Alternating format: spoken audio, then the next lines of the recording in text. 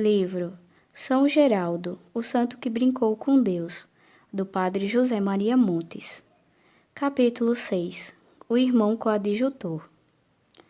A 17 de maio de 1749, partiu Geraldo, radiante de alegria, rumo à casa de noviciado na cidade de Iliceto. Tudo lhe parecia sorrir naquela esplêndida manhã de linda primavera italiana, cheia de nova vida com as folhagens frescas das árvores que magiavam o caminho e as florzinhas multicores que esmaltavam os prados.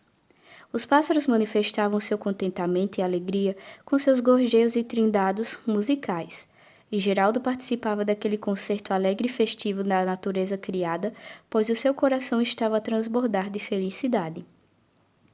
Nunca talvez viajante algum mais feliz e sorridente cruzou aquelas estradas. Se Geraldo tivesse tido a veia poética de um São Francisco, hoje possuiríamos um hino seu convidando as flores e as árvores, as avezinhas e o irmão Sol, para junto com ele agradecerem pela nova vida que enfim ia abraçar. Era já tarde quando bateu à portaria do humilde noviciado dos redentoristas em Iliceto. O porteiro, ao ver o recém-chegado, teve a tentação de dar-lhe uma esmola e despedi-lo, mas Geraldo pediu para falar com o padre reitor. Apareceu um padre alto, magro, de ar sério, e a quem parecia não agradar que o chamarem àquela hora. Infelizmente, nem sempre a virtude consegue suavizar de uma vez as asperezas de caráter. Nosso jovem cumprimentou e apresentou-lhe a carta do padre Cáfaro. Nela se dizia: envio-vos esse postulante para irmão coadjutor, embora creia ser de todo inútil para qualquer trabalho devido à sua debilidade. Aceitai-o, apesar de tudo, em vista de seus rogos incessantes e da grande reputação de santidade de que goza em sua cidade. O reitor fixou o jovem demoradamente e logo o levou ao refeitório dos postulantes, que já estavam sentados à mesa, recomendando-lhe que se alimentasse bem para se refazer da longa viagem. Por fim, deixou-o entregue ao mestre de noviços, a quem fez ler a carta do padre Cáfaro. Estendido na dura cama conventual, Geraldo pôs-se a refletir na recepção que tivera e achou que foi pouco calorosa. Mas que importava isso? Estava enfim na casa de Deus. Via, afinal, erguer-se no horizonte de sua existência a esplêndida e radiante aurora de vida religiosa. Logo envergaria a batina dos missionários, em seu peito traria a imagem do Redentor e de seu cinto penderia o rosário dos filhos de Maria. Terá dormido o nosso feliz postulante naquela sua primeira noite de convento? Parece-nos que a terá passado dando graças a Deus, e ao levantar-se terá tomado uma boa disciplina ali mesmo na cela. Qual era, pois, essa nova vocação que enchia de gozo a sua alma e era como luz maravilhosa em sua existência? Geraldo ia ser irmão coadjutor. Permita-nos o leitor abrir aqui um parêntese para explicar o que isso significa. A nova congregação, fundada pelo padre Afonso de Ligório, dedicava-se unicamente às missões, tanto em terras de infiéis como em países cristãos. Seus padres consagravam-se exclusivamente ao apostolado. Para deixar-lhes as mãos mais livres em seus trabalhos de conversão dos pecadores, o fundador dera-lhes como auxiliares os irmãos coadjutores. São homens que se consagram a Deus pelos votos religiosos de pobreza, castidade e obediência, aos quais acrescentam, como os sacerdotes, um quarto voto e juramento de perseverar à morte em sua vocação. Por esses votos, o irmão coadjutor é tão religioso quanto o sacerdote. Consagra-se espontaneamente a Deus e imola livremente todas as ambições que o orgulho humano e as riquezas terrenas fizeram germinar no coração de todo homem. Leva ao irmão a mesma batina que o sacerdote, e no dia da tomada de hábito, entrega-lhe um crucifixo e um rosário, como ao sacerdote. Religioso, ele é igualmente um irmão do sacerdote pelo ideal de santificação pessoal, a que ambos tendem, e de santificação das almas, que são sua única aspiração e preocupação. O padre oferece o santo sacrifício da missa, confessa, prega, corre à cabeceira dos enfermos, dirige obras pias e sociais, e tudo isso para salvar almas. O irmão reza, comunga, mortifica-se, serve e esgota-se também para salvar almas e dar tempo a seu irmão maior, o sacerdote, de dedicar-se inteiramente a seus ministérios apostólicos. Daí o nome de coadjutor, isto é, ajudante do sacerdote. Este é Jesus pregando pelos campos da Judéia, aquele é a Virgem Santíssima atendendo às necessidades materiais do Redentor. A vocação do irmão coadjutor é, como se vê, uma vocação sublime, uma abnegação total, o sacrifício supremo do Redentor. Ele, o Redentor, é seu único ideal, seu único amor, a razão única de toda a sua existência. Com uma das mãos no crucifixo e a outra no rosário, levam a vida impregnada do sobrenatural. Suas mãos e seu corpo trabalham na terra, ao passo que seu coração e sua alma estão fixos no céu. Vocação sublime que muitos não compreendem por estarem com o coração cheio de vaidade e orgulho. É a vocação mais segura que pode haver. Ele não tem as enormes responsabilidades do sacerdote, que deverá dar contas a Deus das milhares de almas que lhe foram confiadas. Não sentirá o aguilhão da vanglória que estraga todos os trabalhos de muitos homens, até dos sacerdotes. Nem as preocupações do apostolado, nem o trato com os homens virão distraí-lo. É um autêntico herói da humildade e da abnegação total. É a humilde violeta que transcala seu perfume no altar. É a pequenina lâmpada que arde dia e noite, sempre pequena, mas incansável e ardente, junto ao sacrário. Os homens só veem o exterior, a cortiça das coisas. Sacodem a cabeça e não compreendem o irmão coadjutor, mas Deus, que penetra até o imo do coração, lhe sorri e cinzela no céu para ele uma coroa de esplendor sem igual. Geraldo, iluminado por Deus que o chamava, penetrou até o fundo da nova vida que o esperava. Daí a sua alegria, as suas ações de graças e essa longa noite em que a felicidade lhe roubou o sono. Finalmente era irmão coadjutor da congregação do Santíssimo Redentor. Os primeiros dias passou-os no trabalho e na oração. Seu mestre estudava-o com atenção, ao mesmo tempo que lhe propunha suas obrigações. Geraldo estava imensamente feliz, e como se tanta felicidade fosse pouca coisa, logo lhe anunciaram que o padre Cáfaro fora nomeado reitor da casa de Iliceto e mestre de noviços. Era mister um santo para mestre de outro santo. Quando o novo mestre chegou, a primeira coisa que fez foi perguntar pelo novo postulante. Não estava doente? Podia fazer algum trabalho? Servia para alguma coisa? As respostas deixaram-no atônito. Quanto ao trabalho, Geraldo fazia-o tão bem que valia por 4 irmãos. E no tocante à santidade, era realmente um santo. Cáfaro benzia-se. De santidade não tinha dúvida, já ouvira muito bem em Muro. Como era possível, porém, que aquele jovenzinho cujo corpo se parecia com um cadáver pudesse fazer alguma coisa útil? Como homem prudente e experimentado, o novo mestre desconfiou daqueles entusiasmos prematuros, lembrando-se do ditado, vassoura nova, varre melhor. O padre Cáfaro era um terrível diretor espiritual. Disse-ia que seu caráter fora talhado a machado. De uma bondade incomparável, reconhecia que com seus dirigidos era de uma severidade extrema. Seu lema era, para alguém se santificar, é mister que se abnegue em tudo e sempre, que se mortifique em tudo, até na maneira de sentar-se. Qual não foi a sua surpresa ao ver que um dos primeiros a apresentar-se ao superior recém-nomeado foi o nosso fervoroso postulante. Cáfaro abraçou-o com ternura e perguntou-lhe se estava contente, e se ia bem de saúde e se desejava alguma coisa. Sim, padre, quero confessar-me convosco, pedir-vos que de hoje em diante sejais meu diretor espiritual. Sim, filho, já o serei no noviciado, mas sou muito exigente com os que pedem, me encarregue de suas almas. Geraldo sorriu. Sim, padre, já me disseram. Por isso venho pedir que vos encarregueis da minha, não só no noviciado, mas desde já, e se Deus quiser até a morte. Vim para fazer-me santo e não para tratar-me e levar minha vida cômoda. Se jamais o novo diretor esteve contente com algum dirigido, esse foi Geraldo. Uma generosidade inigualável no cumprimento das regras, um fervor extraordinário na oração, os desejos verdadeiramente loucos de mortificações começavam a ressoar nos ouvidos de Cáfaro, as palavras ouvidas em Muro. É um santo, é um santo. E desde os primeiros dias pôde constatar que Geraldo era realmente um santo de primeira grandeza. Os primeiros 6 meses de prova, que precederam a tomada de hábito, passaram rápidos como uma nuvem para o nosso jovem. Acostumado a horrorosas privações e penitências e a uma união muito íntima com Deus, os exercícios do convento eram para ele um manjar delicioso. Agora, sem nada que o distraísse de Deus, vivia perdido nele. Todos os religiosos do convento de Iliceto puderam convencer-se disso.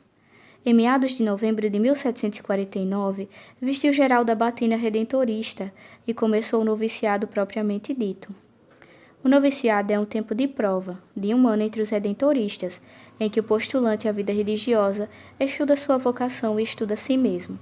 A congregação, por sua vez, estuda o candidato, dirige o noviciado um sacerdote, que tem o título de padre-mestre, homem de saber, energia e experiência, encarregado de ajudar os noviços nesse estudo de sua vida e de guiá-los por este caminho novo que desejam trilhar, e ao mesmo tempo incumbido de examinar as qualidades e falhas, bem como as possibilidades de chegar o noviço a ser um bom religioso.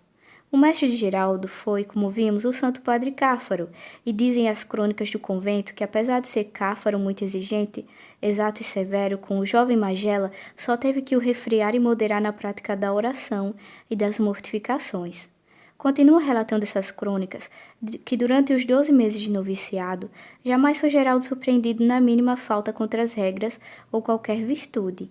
Não obstante andar inteiramente absorto em Deus, conservava contudo bastante domínio de si para ser exatíssimo e estritíssimo no cumprimento de seus deveres.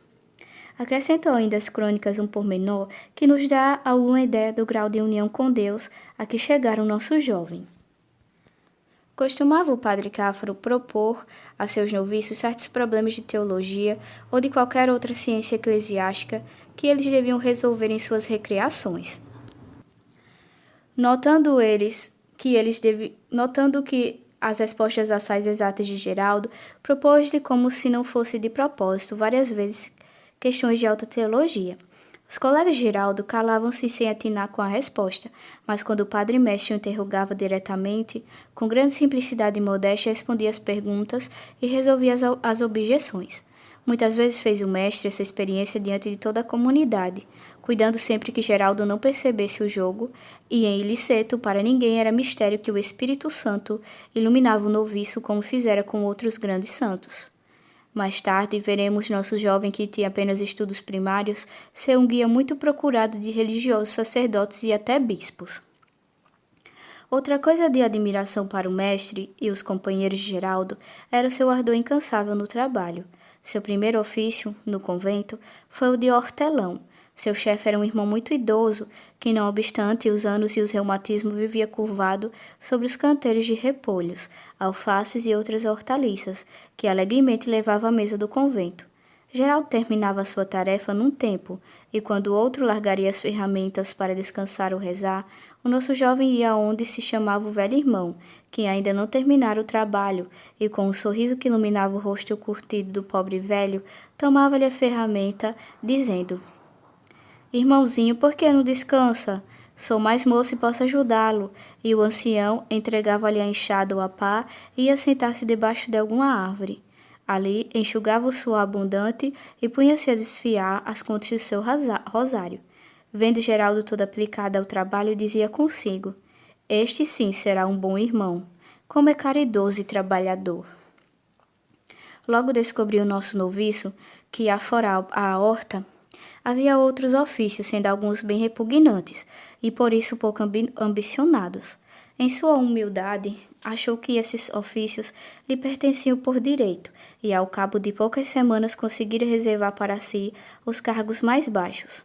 O padre Cáfaro não continha sua admiração, que Geraldo era um formidável rezador, já lhe tinham declarado em muro.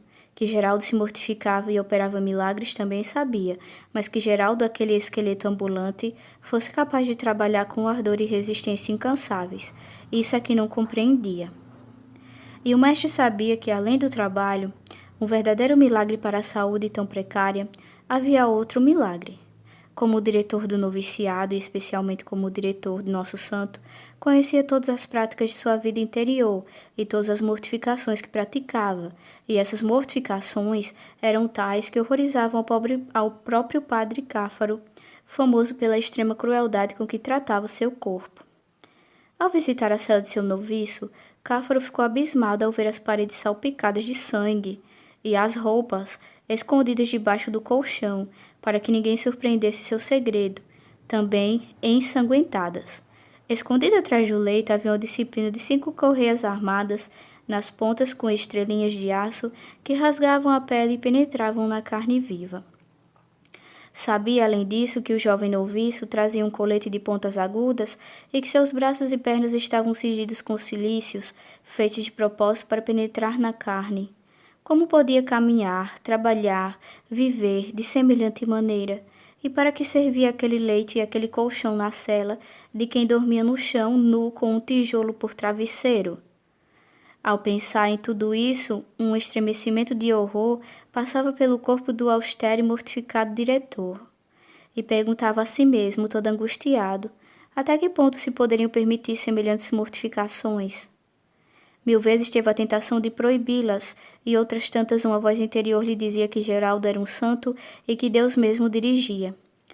Temendo que o orgulho cravasse o dente naquela alma extraordinária, mortificava-o por um nada diante dos noviços da comunidade, e notava que para o Geraldo aquelas humilhações eram um manjar delicioso que lhe encantava a alma. É um santo, murmurava o mestre, e doía-lhe ter que ser o superior de quem se julgava indigno de desatar a correia do calçado. Na verdade, era Deus quem dirigia Geraldo e quem se encarregou de proporcionar-lhe humilhações e mortificações que o austeríssimo padre Cáfaro jamais teria imaginado. Teodoro Basta, bispo de Melfi, obteve do fundador dos Redentoristas uma missão geral para sua cidade episcopal. Afonso teve que lançar mão de todos os missionários para satisfazer os desejos de sua excelência, e por isso convocou o padre Cáfaro e todos os pregadores de Iliceto. Ficou em casa somente o padre Criuscoli, jovem de talento, mas de um caráter singular, neurastênico. A ele, por falta de outro, confiou o reitor o governo do convento. Um impetuoso superior, vendo-se a testa da comunidade, aproveitou-se logo de poder contra Geraldo. Dizem os contemporâneos que durante o mês que Criuscoli governou, Geraldo não teve um momento de sossego. Repreendia-o sem motivo algum, sobrecarregava-o do trabalho e humilhava-o diante dele de todos continuamente. Várias vezes obrigou-o a tomar a refeição de joelhos ou sentado no chão, e como tudo ainda lhe parecia pouco, inventou um novo suplício. Para alguma coisa tinha inteligência. Por qualquer bagatela, ordenava ao noviço que, diante de seus companheiros, traçasse 30 e até 60 cruzes no chão com a língua. O convento de Iliceto era uma miséria e podemos imaginar o que era o piso gasto e desigual do refeitório. Feria-se a língua da vítima e as cruzes que traçava deixavam manchas de sangue. Como Geraldo, depois de humilhações e penitências, erguia-se com o rosto radiante de sobrenatural alegria, o padre Criuscoli esforçou-se por encontrar algo que fizesse sangrar o coração do noviço. Fez afinal a descoberta e por pouco se desconcertava o nosso santo. Certo dia repreendeu publicamente por faltas imaginárias e por penitência proibiu-lhe a sagrada comunhão. Geraldo empalideceu e sentiu uma espécie de rebeldia em seu peito. Todas as penitências, todas as humilhações. Paciência, mas a comunhão, seu único amparo. Contudo, inclinou a cabeça e com lágrimas nos olhos obedeceu. Certo teólogo da congregação, que por motivo de saúde estava em Iliceto e que mais tarde escreveu a vida de Geraldo, não pôde deixar de exclamar em plena comunidade: ou este irmão é um louco, não compreendo que o mortificam por puro prazer de o molestar, ou é um santo que chegou ao ápice da perfeição. De volta de Melfi, o padre Cáfaro ouviu um concerto unânime de louvores a Geraldo. Notando, porém, que estava mais extenuado e temendo que o trabalho da horta lhe fosse fatal, encarregou-o da sacristia. Isso foi para Geraldo como a entrada no paraíso. Jamais sacristia alguma foi mais bem cuidada, e o Santíssimo Sacramento rodeado de maiores provas de carinho. Ao novo sacristão, tudo lhe parecia pouco, em se tratando de realçar o culto eucarístico. O ostensório era de tal cobre mal dourado, pequeno e de aspecto desgracioso. Geraldo correu à cela do superior e rogou-lhe permitisse manter fazer um novo. O superior abriu a gaveta e mostrou-lhe quase vazia. Como quer, irmão, que eu faça esse gasto, quando não há dinheiro nem para o sustento da comunidade? Mas Geraldo soube falar e argumentar tão bem que saiu do quarto contentíssimo e foi logo encomendar o trabalho de um ourives de renome. Este prometeu entregar o ostensório dentro de um mês. O sacristão, decorridos os 30 dias, foi buscar a encomenda, mas o artífice, por este ou aquele pretexto, pediu novo prazo, e assim terceira e quarta vez. Geraldo, achando que a demora era demais, lembrando-se de sua faculdade de fazer milagres, faculdade essa que descansara durante vários meses, disse ao ourives: Não quereis executar a minha encomenda. Pois bem, sabei que desde este momento ficareis doente até entregardes o ostensório. Voltou nosso santo para o convento, e o ourives pouco depois sentiu-se acometido de estranhas dores em todo o corpo, dores que só cessaram quando entregou a Geraldo o ostensório. Jesus sacramentado quis tê-lo perto de si para uni-lo mais estreitamente com seu amor. Daí datam os êxtases quase contínuos que o surpreendiam mormente na igreja. Passava todos os seus momentos livres diante do Santíssimo e longas horas da noite permanecia ajoelhado diante do sacrário. Nosso Senhor sacramentado atraía-o de tal modo que tinha de fazer esforços sobre-humanos para afastar-se do altar. Todas as suas faculdades estavam, por assim dizer, abismadas no sacramento. Vários padres, que observaram, sem que ele o percebesse, ouviram-no dizer ao divino prisioneiro, com acento de terníssima paixão: Deixai-me, preciso ir, estou ocupado. Mas o extraordinário daquela vida da absoluta união era que Geraldo não se descuidava de nenhum de seus deveres, de nenhuma de suas ocupações, para se entregar à oração. De vez em quando Nosso Senhor arrebatava-o, então se o santo não cumpria com algum ofício, o rubor do seu rosto manifestava a vergonha que o dominava. Humilhava-se e pedia perdão como se cometera um pecado grave. Certo dia, o padre Cáfaro ordenou-lhe que preparasse o refeitório para um grupo de seminaristas que faziam seus exercícios espirituais para as ordenações. Havia ali um quadro de Ecce Homo. Vê-lo e ficar extasiado, elevado acima da terra, foi para Geraldo questão de um instante. Chegada a hora do almoço, o irmão encarregado de servi-los foi verificar se tudo estava pronto, mas qual não foi o seu espanto ao ver Geraldo no ar, e com o rosto inflamado e o olhar fixo em Nosso Senhor. Puxou-o pela batina, chamou, tudo inútil. Chegaram os irmãos e padres. Quiseram fazê-lo baixar à força. Tempo perdido. Geraldo prosseguia no seu êxtase. Por fim chegou o padre Cáfaro, que, como superior, ordenou-lhe voltar-se imediatamente a si. No mesmo instante o noviço desceu, abriu os olhos enquanto o mestre o repreendia brandamente por haver se descuidado do seu trabalho. Geraldo de joelhos, corado de vergonha, ouviu a correção e recebeu a penitência por sua suposta falta. Cáfaro vivia temeroso que o demônio do orgulho cravasse o dente naquela benditíssima alma. A paixão de Jesus Cristo enchia-lhe a alma de tal maneira que, segundo o testemunho de seus contemporâneos, as sexta-feiras, especialmente a Sexta-feira Santa, se converteram para ele em dias de indizível martírio. Nesses dias, carregava-se de mais cilícios e flagelava-se com mais crueldade que de costume. Quase não provava bocado e passava noites inteiras aos pés do crucifixo. Apesar de tudo, sentia ainda saudades das flagelações que noutro tempo lhe aplicavam Félix Marenga. Ora, como o padre Cáfaro lhe permitira a penitência extraordinária às sexta-feiras, achou que com aquela permissão geral podia conseguir que algum dos noviços lhe macerasse o corpo com mais rigor.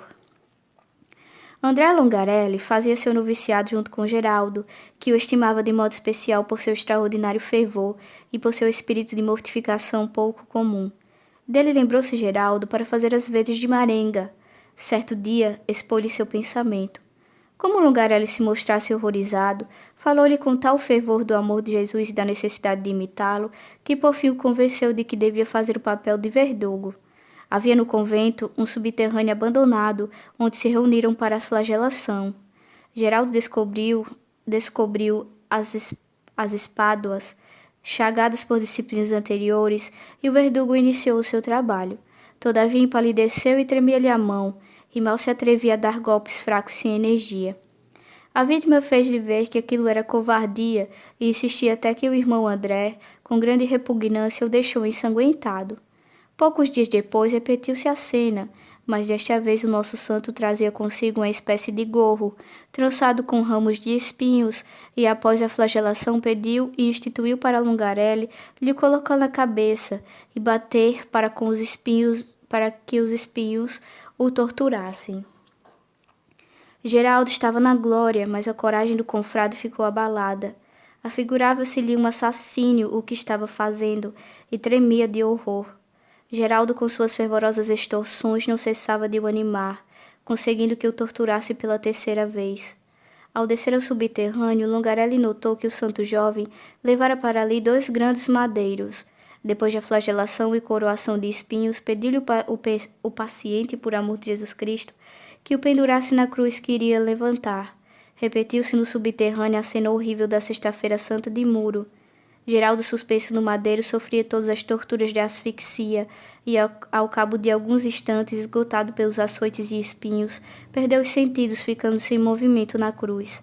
O verdugo creu que sua vítima estava a morrer. Aflito, desprendeu-o do madeiro e, sem esperar que Geraldo voltasse a si, correu à cela do padre Cáfaro.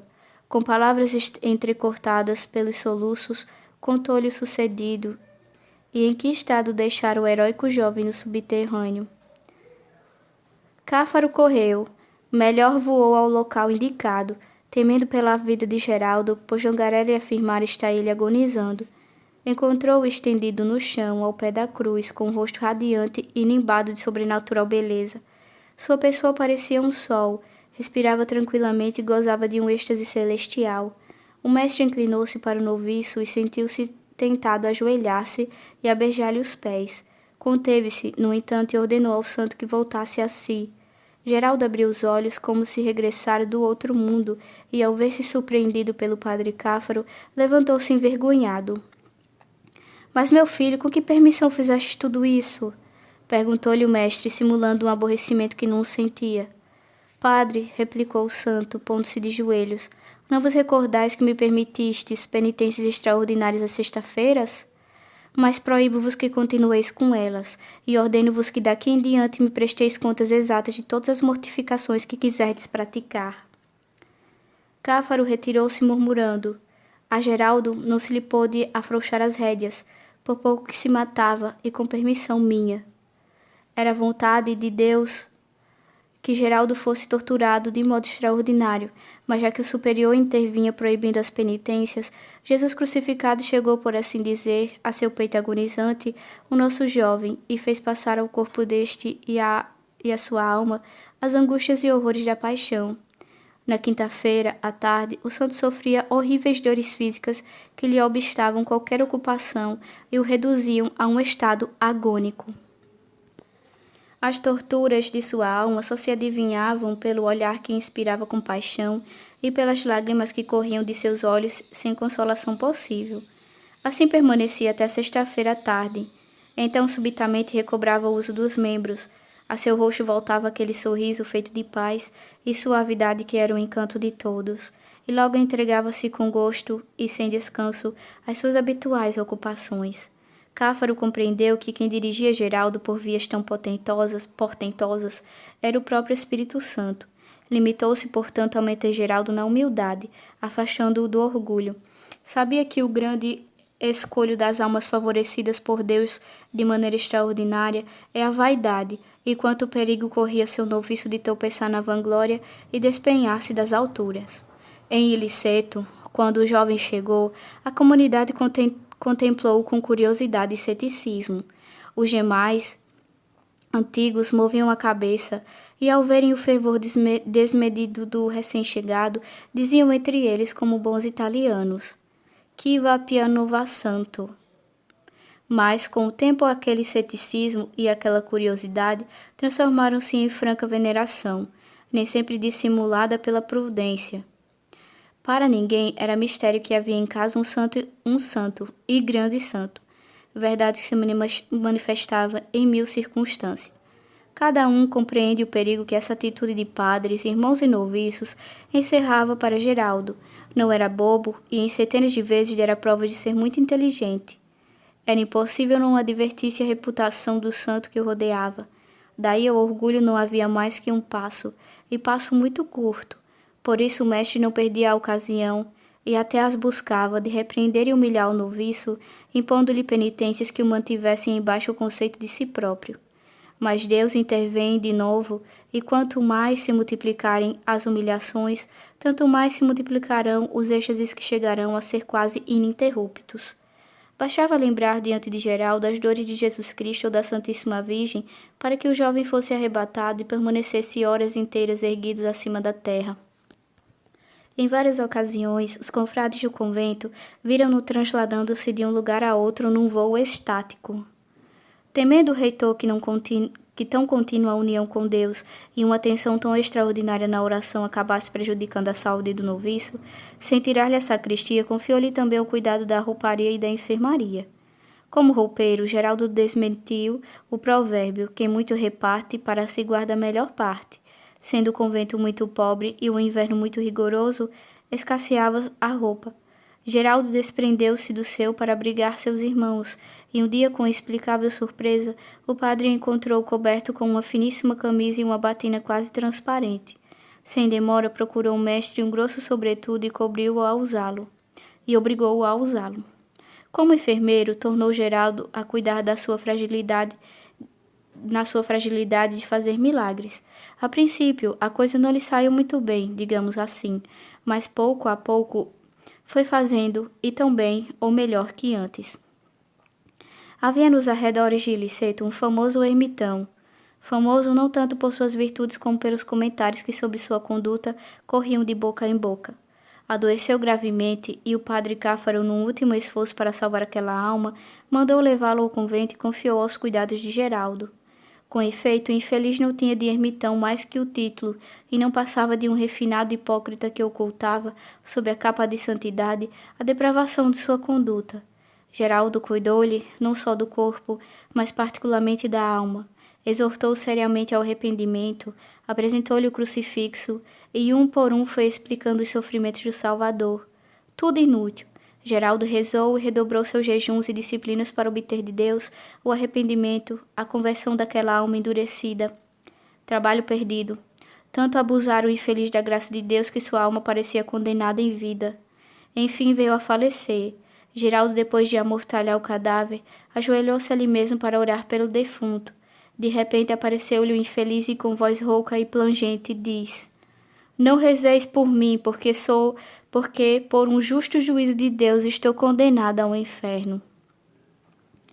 O horror da puríssima e delicadíssima alma de Geraldo, ao ouvir aquelas espantosas palavras, foi indescritível. Até o fim de sua vida sempre citava esse acontecimento como advertência aos que abusavam da graça de Deus. Mas Nosso Senhor logo o consolou. Certo dia, ao voltar para casa, topou na portaria do convento com um grupo de pessoas que choravam sem consolo. Era a família de um rapaz que tinha a perna direita corroída pela gangrena. A pobre mãe lançava-se aos pés de Geraldo e suplicava-lhe que rezasse por seu filho. Eu o farei, senhora, mas que tenho doente. E dizendo isto, descobre a horrível chaga, e sem surpreender-se diz: por que chorais? Não é nada. Tende confiança em Deus. Ao mesmo tempo inclina-se sobre a perna carcomida e toca-a com os lábios. No mesmo instante o rapaz sente a vida correr pela sua perna morta. Dá um grito de alegria, salta de sua caminha e quer arrojar-se aos pés de seu benfeitor. Geraldo, porém, aproveitando-se da surpresa geral, desaparecera. Com um tuberculoso em último grau, a coisa foi muito mais difícil, porque o médico que o tratava opunha-se ao milagre e parecia não querer por nada deste mundo que seu cliente sarasse. Apresentou-se no convento um homem do povo gordo, de semblante enérgico e basto bigode. Parecia, contudo, acabrunhado por algum sofrimento. Chamou a padre Cáfaro e, em pé, dando voltas ao chapéu, com mãos nervosas, disse: Padre, meu filho está à morte. Já foi sacramentado. O médico não dá nenhuma esperança. Desde pela manhã está vomitando sangue e mais sangue. Padre, e com os olhos grandes e rasos de lágrimas e de súplica ardente, insistia: Padre, diga ao irmão Geraldo que vá ver o meu filho. Como opôs-se àquela petição e aquelas rudes e desconcertantes lágrimas de homem? Cáfaro cedeu e nosso jovem chegou à casa do enfermo, quando ali reinava a confusão que sempre acompanha os últimos instantes de um ser querido. A mãe, ajoelhada ao pé da cama, apertava desesperada a fronte do ente querido que parecia chegada ao último momento. O peito do agonizante, meio descoberto e manchado de sangue, avolumara-se de maneira desmedida. Todas as costelas davam a impressão de que iam saltar fora. De repente parava a respiração. Dizia que estava morto e, de novo, em seu último e desesperado esforço por viver, o coração tornava a funcionar e por alguns minutos prolongava-se a existência. Restam-lhe poucos minutos, sentenciou Galeno, agitando a cabeça branca e alisando pela 100ª vez os baixos bigodes. Restam-lhe poucos minutos. Aproximou-se do moribundo, tomou-lhe o pulso e retirou-se, como quem diz: estou sobrando aqui. Justamente nesse momento entrou Geraldo. Abeirou-se do leito. Contemplou um instante o doente desenganado e, dirigindo-se à mãe, disse-lhe com muito carinho: Senhora, tende confiança em Deus. Ele há de curar vosso filhinho. A pobre senhora agarrou-se à mão de Geraldo como a uma tábua de salvação e, com os olhos injetados de tanto chorar, parecia dizer: Irmãozinho Geraldo, salvai meu filho, salvai meu filho. Os olhos do médico não diziam o mesmo. Lançando raios de coriscos, fixou-os naquele fradinho imberbe que se atrevia a afirmar que o rapaz poderia viver, quando ele, o facultativo, já sentenciara a morte. Para que a enganais, mentindo-lhe que Deus o curará? Disse-lhe furibundo. Não vedes que já não tem remédio? Doutor, replicou Geraldo calmamente. Doutor, para Deus não há impossível. Não há dúvida, mas não sabeis que esse rapaz já cuspiu os pulmões e que lhe restam poucos instantes de vida? E credes, doutor, que aquele que fez o corpo inteiro do homem será difícil refazer uma pequena parte do mesmo? Isso são histórias, melhor faríeis não enganando a família. Doutor, pouca confiança tendes no poder e bondade de Deus. Vou rezar para que ele faça um milagre e vos mostre que nada lhe é impossível. O médico retirou-se indignado e Geraldo, ajoelhando-se junto ao leito do agonizante, orou em companhia dos presentes. Os pais já não choravam, estavam certíssimos de que Deus restituiria a saúde a seu filho. O rapaz adormeceu, sua respiração tornou-se pouco a pouco tranquila e desapareceu do rosto o rito da dor e da agonia. Geraldo despediu-se, recomendando-lhes que deixassem o rapaz repousar e lhe preparassem um alimento substancioso, porque ao despertar teria apetite. Os pais acompanharam-no até a porta da humilde vivenda. Não se cansavam de dar-lhe graças e de beijar-lhe as mãos, que Geraldo em vão procurava ocultar. No dia seguinte, toda a família, alegre, como se fora dia de Páscoa, apresentava-se à portaria do convento para agradecer ao irmãozinho. Assim, entre a prática penosa das virtudes, os sublimes êxtases na oração e os milagres com que Deus glorificava o seu servo, este preparou-se para a profissão religiosa. Profissão religiosa é o ato pelo qual o noviço ao pé do altar e sobre os santos evangelhos promete a Deus solenemente guardar em seu serviço perpétua pobreza, castidade e obediência. Geraldo fez essa promessa santíssima a 16 de julho de 1752, dia em que a igreja celebra a festa de Nossa Senhora do Carmo e dia em que naquele ano os missionários celebravam a festa do Santíssimo Redentor. Para o nosso jovem, já inteiramente entregue a Deus de corpo e alma, a profissão religiosa não foi senão a ratificação pública e oficial desse abandono.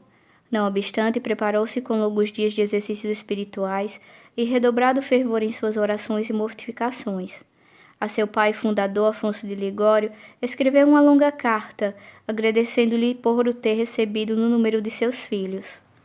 Bendita seja a bondade divina, dizia entre outras coisas, que me concedeu tantas graças e particularmente a de fazer minha profissão no dia do Santíssimo Redentor. Ó céus, quem sou eu para merecer a honra insigne de consagrar minha vida ao serviço de meu Deus? A outro padre escreveu: de hoje em diante quero viver como se só Deus e eu existíssemos na terra, e para chegar a esse ideal sublime, a seus votos religiosos, acrescentou com permissão de seus superiores o de fazer sempre o mais perfeito.